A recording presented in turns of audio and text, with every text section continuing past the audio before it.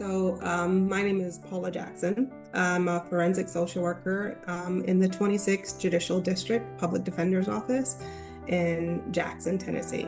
Forensic social work was a new thing. Social work, yes.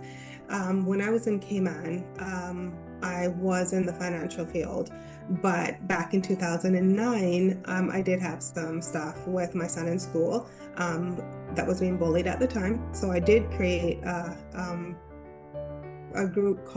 program called Cayman Bullying, the Cayman Bullying Project.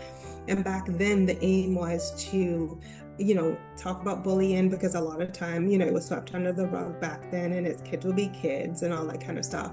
And my aim was to bring the effects of bullying and bring awareness to bullying in the schools and in a broader community, and to show them, from the victim, the bystanders, and the bully themselves point of view, and to get them to understand it's more serious.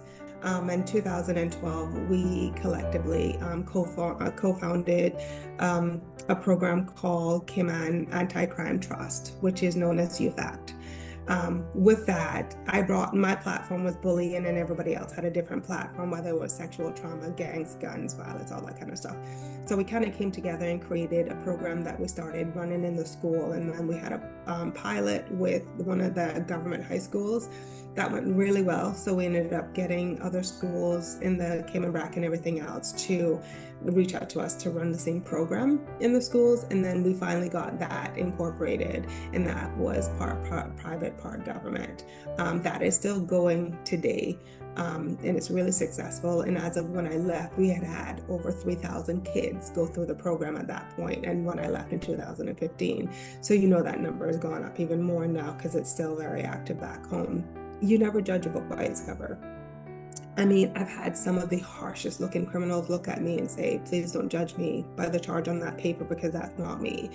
And I tell them, I'm not here to judge you. I'm here to know you and know your story and see what we can do to help you. And so that's every time I walk into a room. I don't care if he's there for murder, if he's there for guns, gangs, drugs. My first thing is to see them as the person that's sitting there that bleeds red just like you and I, and that were once had meaningful lives. And yes, there were probably things in their past that led them to that. But my thing is, we want to know why and get you the help you need so that you don't do it again, and kind of get them back on their feet when they leave the jail, so we can reduce recidivism and they won't go back into jail. I have had a lot of Caymanians call me about the immigration stuff and how do I do this? How do I do that? And I've helped them navigate that stuff. So just having that person, that Caymanian, that fellow Caymanian, that you can connect with. Like I said, just getting on the video calls and just 10 of us, and you just hear all the Cayman accents. It's like you're back home, even though it's all on video. But that in itself is therapy, especially when you're homesick. That used to help me a lot when I was feeling homesick. So that would be one of the biggest things I would encourage them to get on, because it connects you to back home and just gives you that feeling, when you're homesick and stuff like that.